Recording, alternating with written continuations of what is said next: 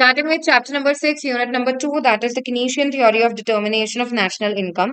Keynesian theory दी गई थी 1936 में जॉन मेनार्ड कीन्स ने दी थी in general theory of employment interest and money. अब दो टर्मिनोलॉजीज है जो समझना है। एक्सपोज्ड का मतलब होता है एक्चुअल और एक्सेंट का मतलब होता है एस्टिमेटेड या एंटिसिपेटेड। किनीशियन थ्योरी में जो aggregate demand supply saving investment हम ले रहे हैं वो एक्सपोज यानी एक्चुअल नहीं है, दैट इज एंटिसिपेटेड एक्सटेंड है। इक्विलिब्रियम होता क्या है? इक्विलिब्रियम इज अ स्टेट जितना डिजायर्ड अमाउंट ऑफ डिमांड है in the market that is exactly equal to the desired amount of output produced. जितना प्रोड्यूसर्स प्लान कर रहे हैं टू सेल उतना ही बायर्स प्लान कर रहे हैं to buy. Okay, now coming on to aggregate demand, there are few functions that we need to understand. सबसे पहले एग्रीगेट डिमांड होता क्या है? Sum total of the expenditure that people plan to incur, जो लोग खर्चा करना चाह रहे हैं in an economy during an accounting year corresponding to different levels of income. अलग अलग लेवल ऑफ इनकम पर कितना कितना खर्चा करेंगे वो बेसिकली होता है एग्रीगेट डिमांड फंक्शन। ओके, और जितना खर्चा है ना उतना ही डिमांड एग्रीगेट डिमांड माना जाता है। There is no distinction between demand on the basis of ability and willingness and actual expenditure of people at macro level, right? जैसे जैसे यहाँ पे यू कैन सी इनकम बढ़ रही है 0 20 40 60 80, वैसे वैसे एग्रीगेट डिमांड बढ़ रही है 30 35 40 45। When you plot it you have to make 45 degree. 45 degree line कहलाती है लाइन ऑफ रेफरेंस, जो बताती है equality between income and aggregate demand. इस लाइन के सारे पॉइंट्स पर इनकम और एग्रीगेट डिमांड बराबर है। जब भी एग्रीगेट डिमांड का ग्राफ बनता है तो ये लाइन ऑफ रेफरेंस बनती ही है। Keeping aggregate demand on Y axis, जब हम ग्राफ प्लॉट करेंगे तो हमारा ग्राफ वाई एक्सिस से स्टार्ट होगा क्योंकि यहाँ पे minimum level of aggregate demand है, और अपवर्ड स्लोपिंग बनेगा क्योंकि जैसे जैसे इनकम बढ़ेगी वैसे वैसे एग्रीगेट डिमांड बढ़ती जाएगी। Coming on to next function, that is consumption function. Consumption function भी फंक्शनल रिलेशनशिप होता है बिटवीन कंजम्पशन एंड इनकम। अब जैसे जैसे इनकम बढ़ती जाती है वैसे वैसे कंजम्पशन भी बढ़ते ही जाता है। You can see even at zero level of income there is a minimum level of consumption. ऐसे कंजम्पशन को बोला जाता है ऑटोनॉमस कंजम्पशन, और इसका सिंबल है C bar. Okay, when you plot it, income को हम रखते हैं एक्स एक्सिस पे और कंजम्पशन को फिर से रखा जाता है ऑन वाई एक्सिस। तो ग्राफ वाई एक्सिस से स्टार्ट होगा क्योंकि ये जो कंजम्पशन है ये मिनिमम कंजम्पशन है जिसे कहा जाता है ऑटोनॉमस कंजम्पशन, जो जीरो लेवल ऑफ इनकम पर भी एग्जिस्ट करेगा।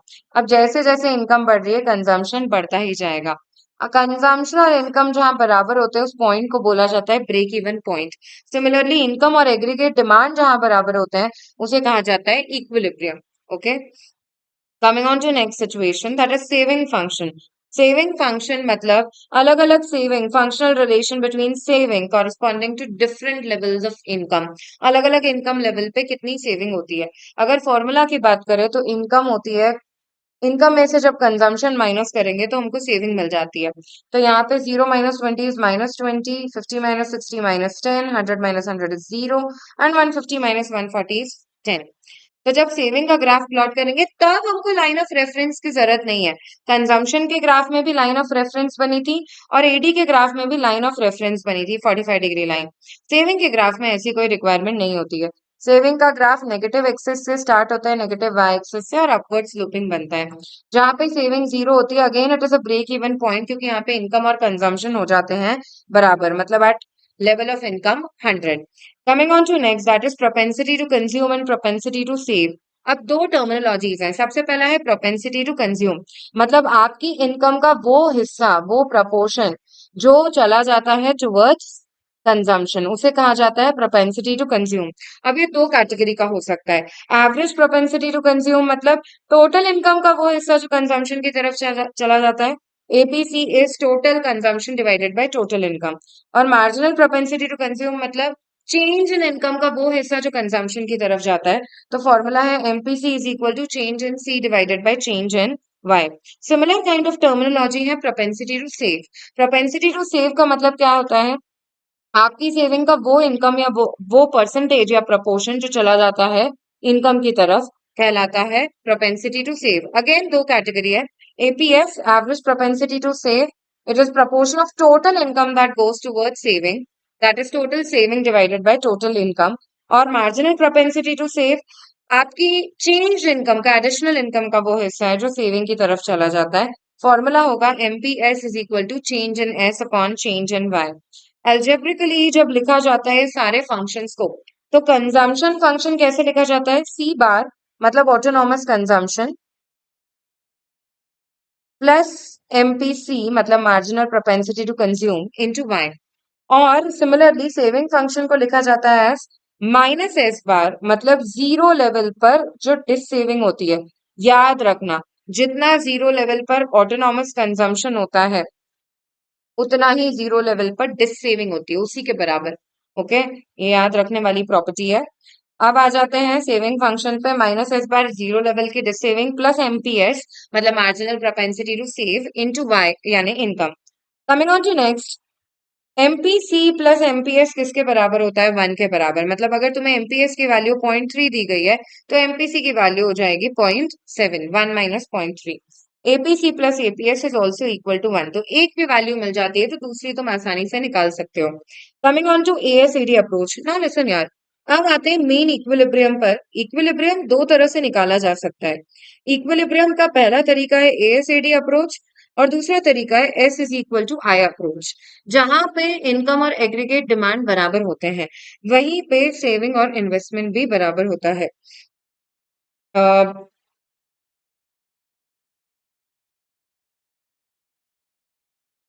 Coming on to this, okay I just tell you, AS is equal to AD है अगर, ओके, तो एएस मतलब इनकम, सी प्लस एस, और एडी मतलब सी प्लस आई।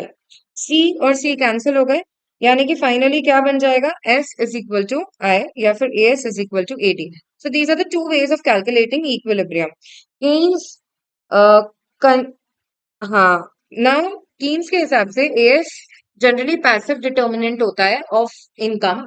सबसे इम्पोर्टेंट जो डिटर्मिनेंट होता है इनकम को लेकर वो है एग्रीगेट डिमांड। तो डिमांड के हिसाब से ना सप्लाई कभी भी एडजस्ट हो सकता है, ऐसा कीन्स ने मान के रखा हुआ है, राइट। लेकिन what if AS is greater than AD, equilibrium कैसे अचीव होगा? अगर एएस एडी से बड़ा है, अगर एएसएडी से बड़ा है, सप्लाई ज्यादा है, डिमांड कम है, अनसोल्ड स्टॉक है प्रोड्यूसर के पास।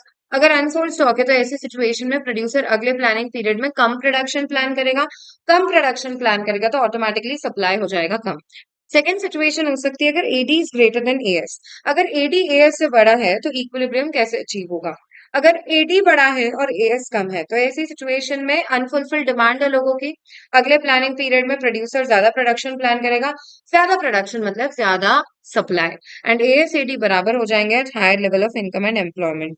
दूसरी अप्रोच है सेविंग इन्वेस्टमेंट अप्रोच। एस और आई जब बराबर होते हैं तब भी हमारा इक्विलिब्रियम अचीव होता है, मैंने तुम्हें अभी बता दिया।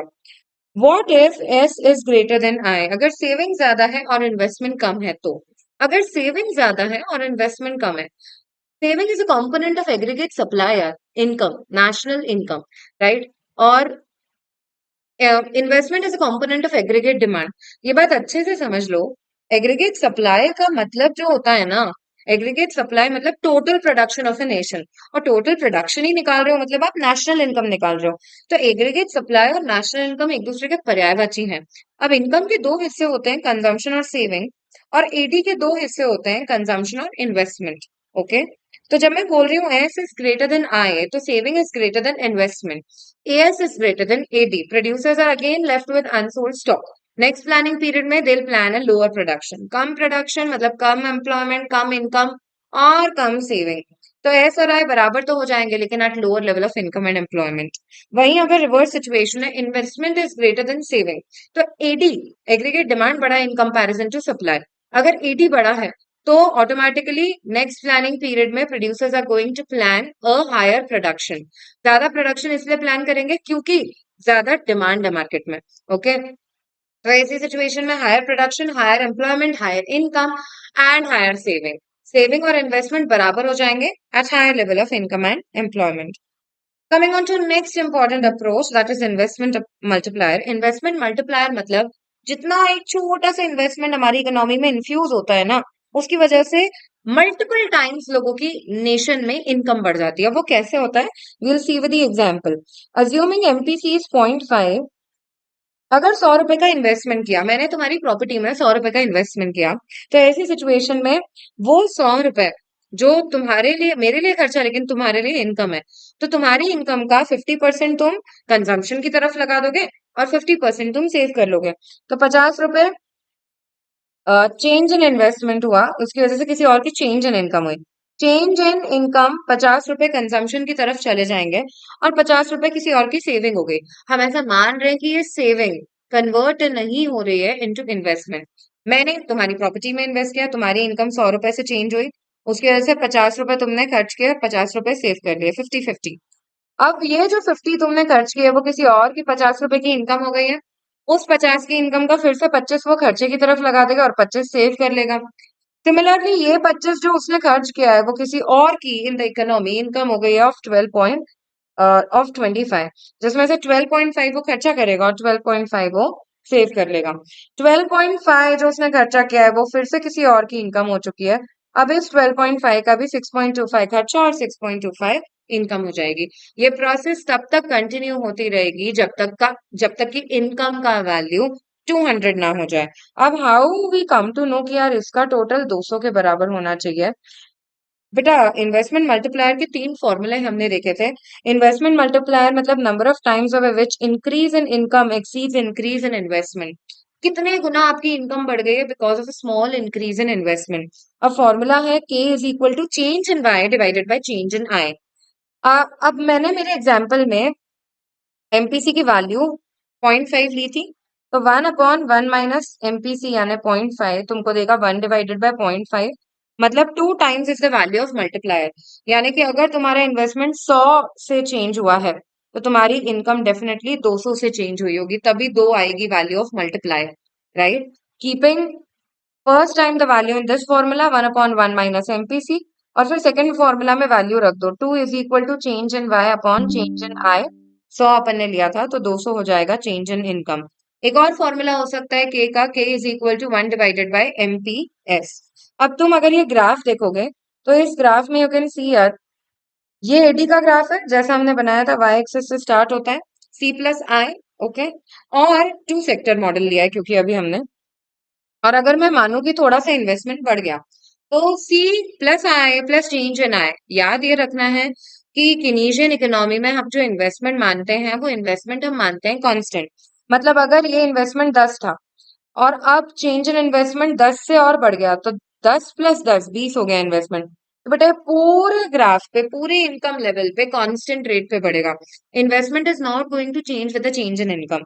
तो अगर ये तुम्हारा पुराना ग्राफ था, जैसे ही इन्वेस्टमेंट थोड़े से बढ़ा, तुम्हारा नया ग्राफ भी पुराने ग्राफ के पैरेलल ही बनने वाला है।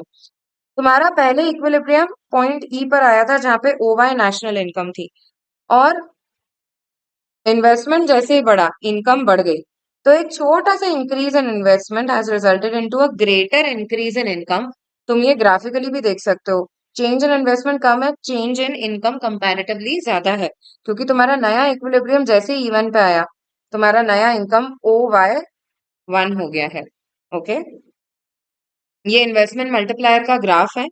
Coming on to next fundamental, deficient demand that is deflationary gap या फिर इन्फ्लेशनरी गैप। दो सिचुएशन हो सकती है यार, डेफिशिएंट डिमांड नाम से ही क्लियर हो रहा है, जब आपका aggregate demand falls short of aggregate demand required at full employment level.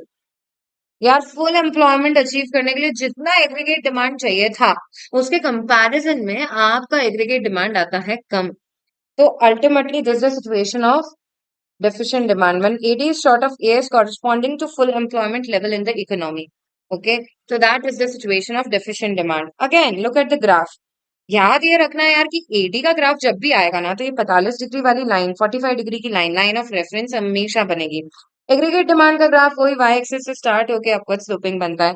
मैं अज्यूम कर रही हूँ कि एडीयू जो है it is AD at under employment, यानी कि ये हमारा एक्चुअल एग्रीगेट डिमांड है, जितना हम एक्सपेक्ट कर रहे हैं कि हमारी इकोनॉमी में इतना होगा। और वहीं फुल एम्प्लॉयमेंट अचीव करने के लिए मुझे ये वाला एग्रीगेट डिमांड चाहिए, AD at F E, right. तो बेटा पहले मेरा इक्विलिब्रियम कहाँ अचीव हुआ है, यहाँ पर, ठीक है। और मतलब एक्चुअल में मेरा इक्विलिब्रियम से फॉर एग्जांपल OM पर अचीव हो रहा है, एक्चुअल में मुझे इतना ही इनकम हो रहा है, ओके। और अगर मैं फुल एम्प्लॉयमेंट पे ऑपरेट करती तो बेटा मेरा इक्विलिब्रियम यहाँ पर आता, राइट। ये मेरा AD होता, अगर फुल एम्प्लॉयमेंट पे ऑपरेशन होता तो मेरा इक्विलिब्रियम यहाँ आता, और इक्विलिब्रियम यहाँ आता तो यू कैन इमेजिन मेरी नेशनल इनकम कितनी बढ़ जाती। OP would have been my national income.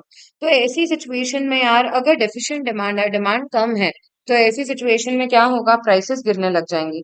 Prices गिरने लग जाएंगी क्योंकि डिफ्लेशन आएगा इकोनॉमी में।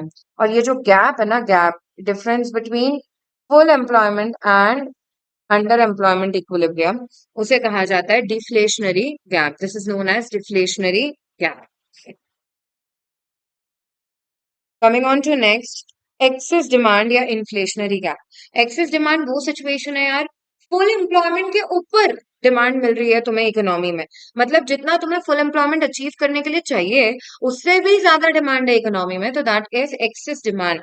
Access demand when AD is in excess to AS corresponding to full employment level in the economy. अब यहाँ पे तुम देखोगे तो ये तुम्हारा AD एट फुल एम्प्लॉयमेंट है, से for example AD eight full employment level, और तुम्हारी इकोनॉमी में एक्चुअल में इतनी ज्यादा डिमांड चल रही है, ठीक है, एक्चुअल डिमांड कई गुना ज्यादा है इससे, तो यूं तो तुम्हारा इक्विलिब्रियम यही अचीव हो गया, राइट। बट यार अगर ये डिमांड है तो इक्विलिब्रियम यहाँ आ सकता है क्या?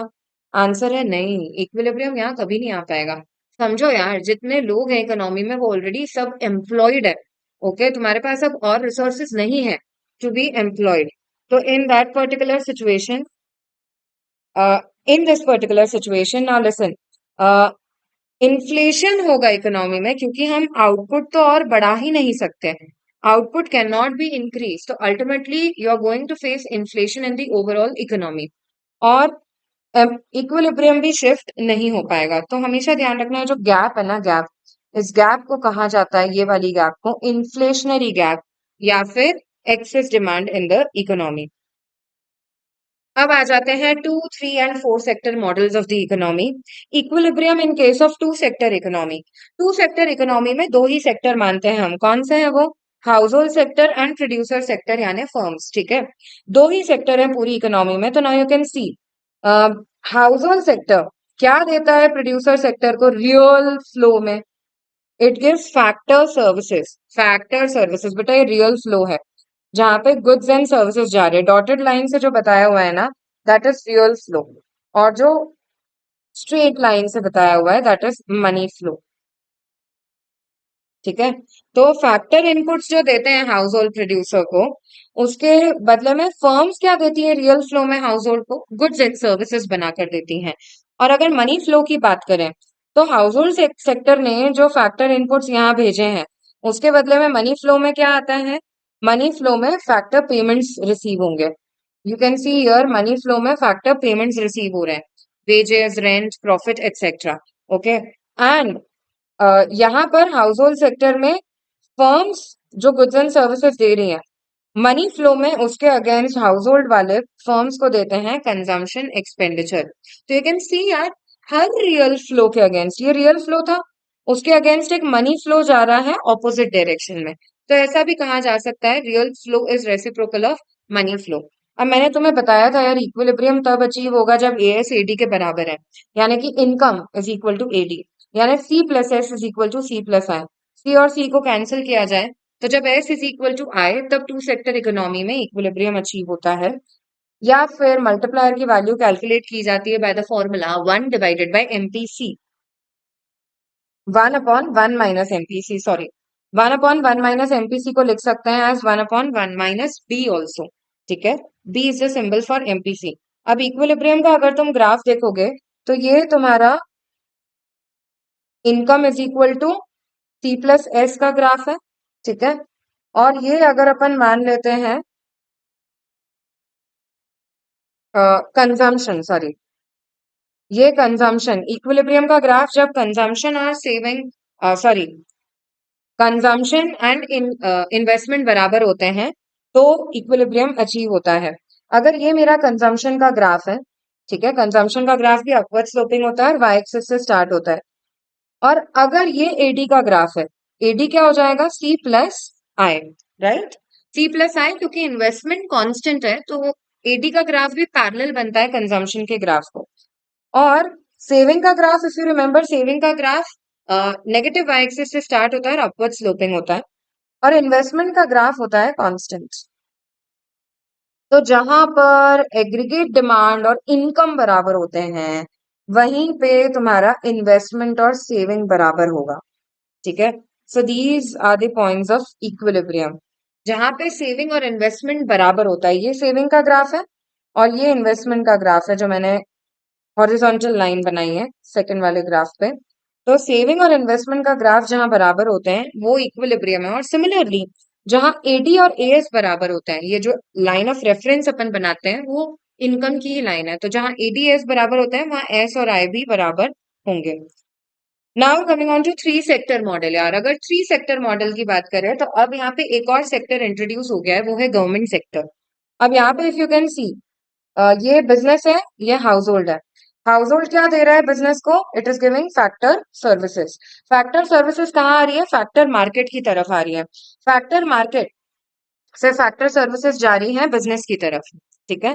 और बिजनेस क्या दे रहा है प्रोडक्ट मार्केट में, प्रोडक्ट मार्केट में बिजनेस दे रहा है गुड्स एंड सर्विसेज। और ये goods and services product market से खरीदता कौन है, हाउस होल्ड सेक्टर। तो ये फ्लो हो जाती है हाउस होल्ड सेक्टर की तरफ। ये तो रियल फ्लो की बात हुई। अब मनी फ्लो पे आ जाता है। हाउस होल्ड सेक्टर जो फैक्टर सर्विसेज देता है उसके बदले में फैक्टर पेमेंट करता है कौन, प्रोड्यूसर सेक्टर। और वो प्रोड्यूसर सेक्टर जो पेमेंट कर रहा है वो फैक्टर मार्केट में आ रहे हैं, जिसकी वजह से फैक्टर इनकम, पर्सनल इनकम लोगों की बढ़ रही है। तो house hold sector personal income receive करता है। हाउस होल्ड सेक्टर जो गुड्स एंड सर्विसेज ले रहा है प्रोड्यूसर से, उसके बदले में उसको क्या देना पड़ेगा, कंजम्पशन एक्सपेंडिचर करना पड़ेगा प्रोडक्ट मार्केट की तरफ।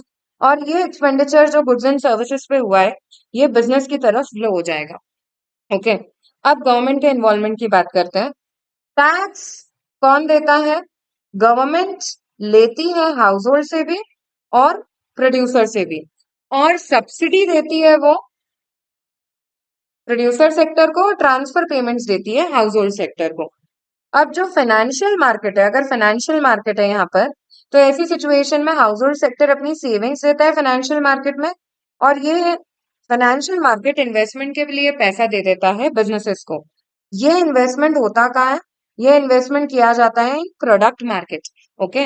अब गवर्नमेंट जो है ये फाइनेंशियल मार्केट से बोरोइंग कर सकती है, और बोरोइंग करने के बाद गुड्स एंड सर्विसेज खरीद सकती है फ्रॉम दी प्रोडक्ट मार्केट। तो प्रोडक्ट मार्केट में मनी का फ्लो बढ़ेगा, ओके। ये था थ्री सेक्टर मॉडल। और अगर थ्री सेक्टर मॉडल में इक्विलिब्रियम की बात करें यार, तो अगर लमसम टैक्स है तो इक्विलिब्रियम कब अचीव होगा, T is say for example for tax y is equal to a plus b into y minus T. Income में से क्या माइनस करोगे, जो लमसम टैक्स देके रखा है, ठीक है, plus investment plus G. Two sector economy में इक्विलिब्रियम तब अचीव होगा जब y is equal to a plus B one. यहाँ पे बेटा a ऑटोनॉमस कंजम्पशन है जो हमने कंजम्पशन फंक्शन की इक्वेशन देखी थी, और MPC is a symbol for b, B Y plus investment. मतलब basically C plus I is equal to income, यानी कि एग्रीगेट सप्लाई, ओके। अब थ्री सेक्टर इकोनॉमी आ जाती है तो यहाँ पे एक और कंपोनेंट ऐड हो जाएगा, दैट इज जी। तो y is equal to C plus I plus G, इस तरह से लिखा जाता है। अब c को मैं इलाबोरेट कर देती हूँ, y is equal to a plus B into Y minus T plus I plus G, क्योंकि i और g तो जनरली कांस्टेंट ही माने जाते हैं। और अगर मल्टीप्लायर निकालना है तो इसमें फॉर्मूला हो जाएगा 1 डिवाइडेड बाय 1 माइनस एमपीसी। अगर इनकम डिटरमाइन करनी है with lump sum tax and transfer payment तो रिसीट है यार, हमको मिला है, तो that is Y y is equal to a plus B into Y minus T plus transfer receipts plus I plus G. Again इसमें तुमको मल्टीप्लायर की वैल्यू निकालनी है तो फॉर्मूला हो जाएगा 1 अपॉन 1 माइनस एमपीसी। अगर इनकम डिटरमाइन करनी है as a function with tax as a function of income, अगर टैक्स चेंज हो रहा है विद चेंज इन इनकम तो हम उसे स्मॉल टी की तरह रिप्रेजेंट करेंगे, स्मॉल टी इंटू वाई। तो कैसे निकलता है equilibrium, y is equal to a plus B into bracket खुल जाएगा y माइनस टी यानी कि lump sum tax minus T into Y, मतलब tax as a proportion of income. ये स्मॉल टी जो है that is tax as a proportion of income, और capital T जो है that is lump sum tax plus I plus G. अब K कैसे निकलता है? मल्टीप्लायर निकलता है by the formula 1/1 minus P into bracket खोल लेना 1 minus T. Income determination with tax as a function of income, government expenditure and transfer payments. तो y is equal to a plus b into bracket खुल जाएगा y minus capital T lump sum tax minus small t y मतलब tax as a proportion of income plus T R मतलब transfer receipts, bracket close plus i plus g।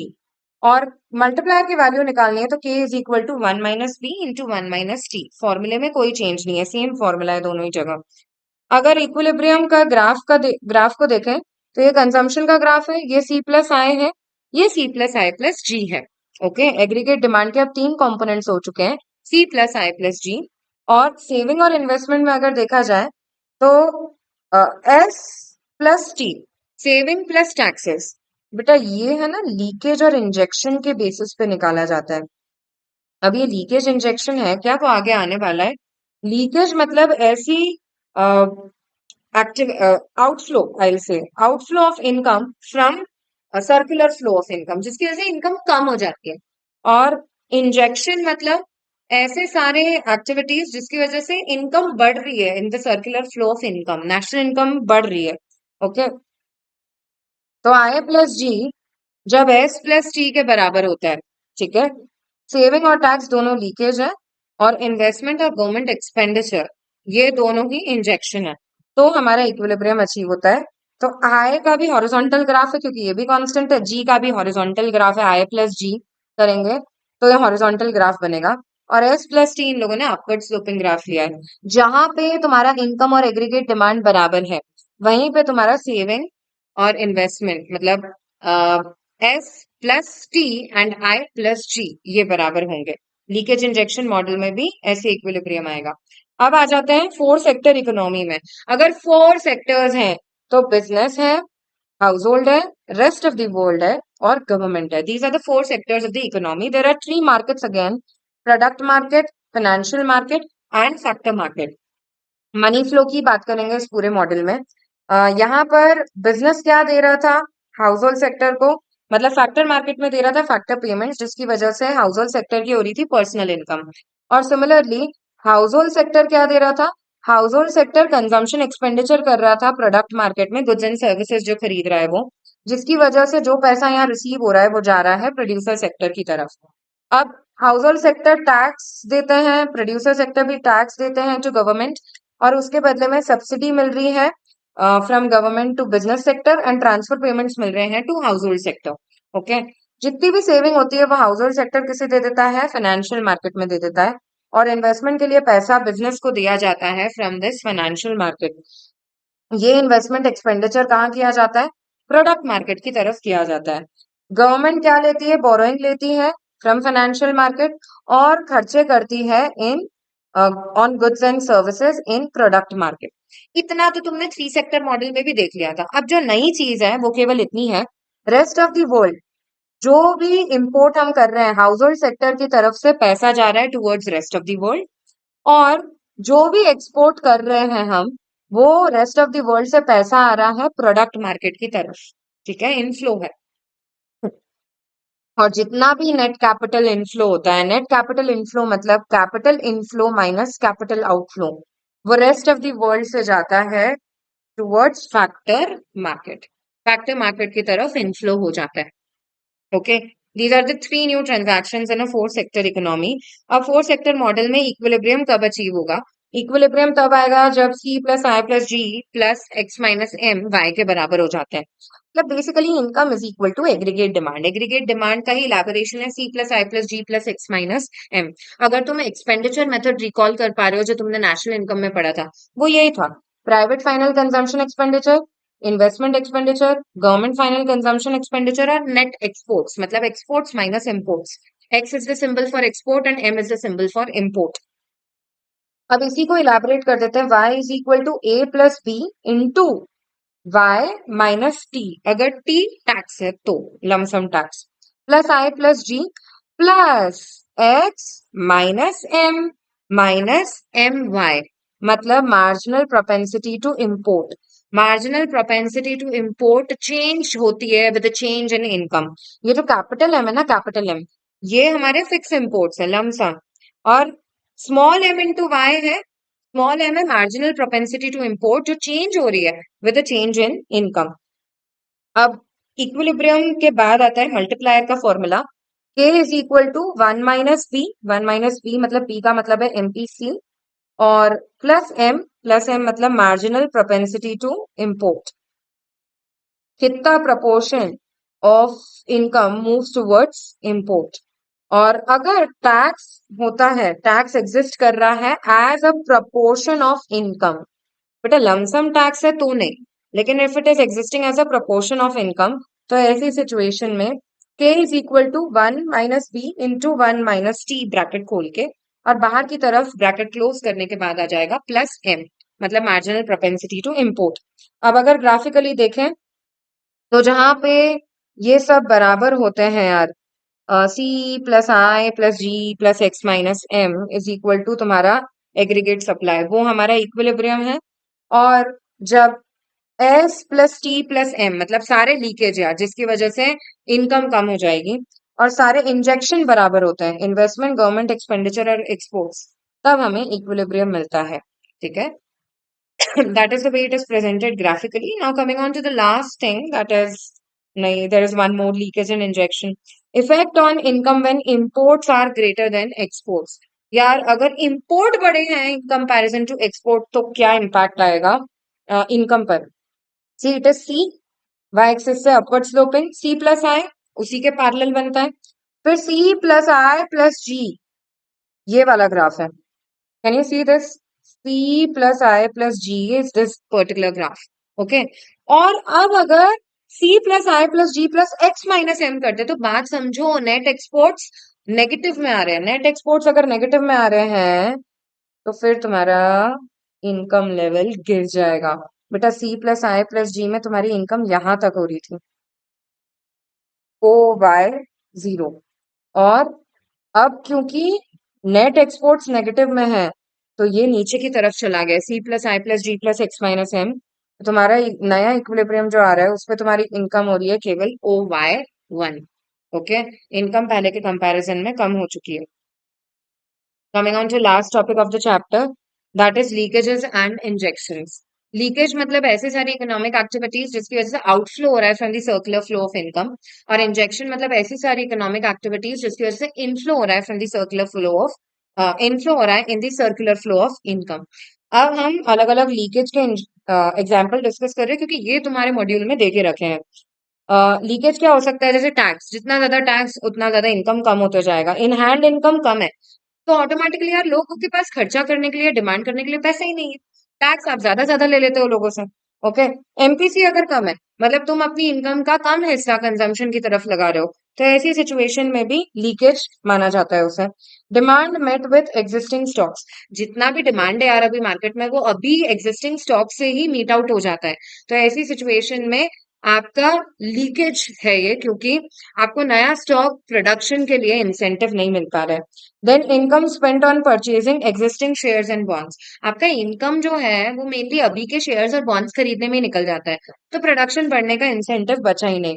Undistributed profit, profit बांटे नहीं जाते थे, लोगों के हाथ में पैसा नहीं आता है खर्चा करने के लिए। Profit of in sorry part of income used for paying off debts, आपने पैसे तो कमाए, लेकिन आपकी इनकम का काफी हिस्सा डेट पेमेंट की तरफ ही चला जाता है। तो ऐसी सिचुएशन में आपको खर्चा करने के लिए, एडिशनल नया खर्चा करने के लिए, नए गुड्स डिमांड करने के लिए पैसा नहीं बचता। Again a kind of leakage.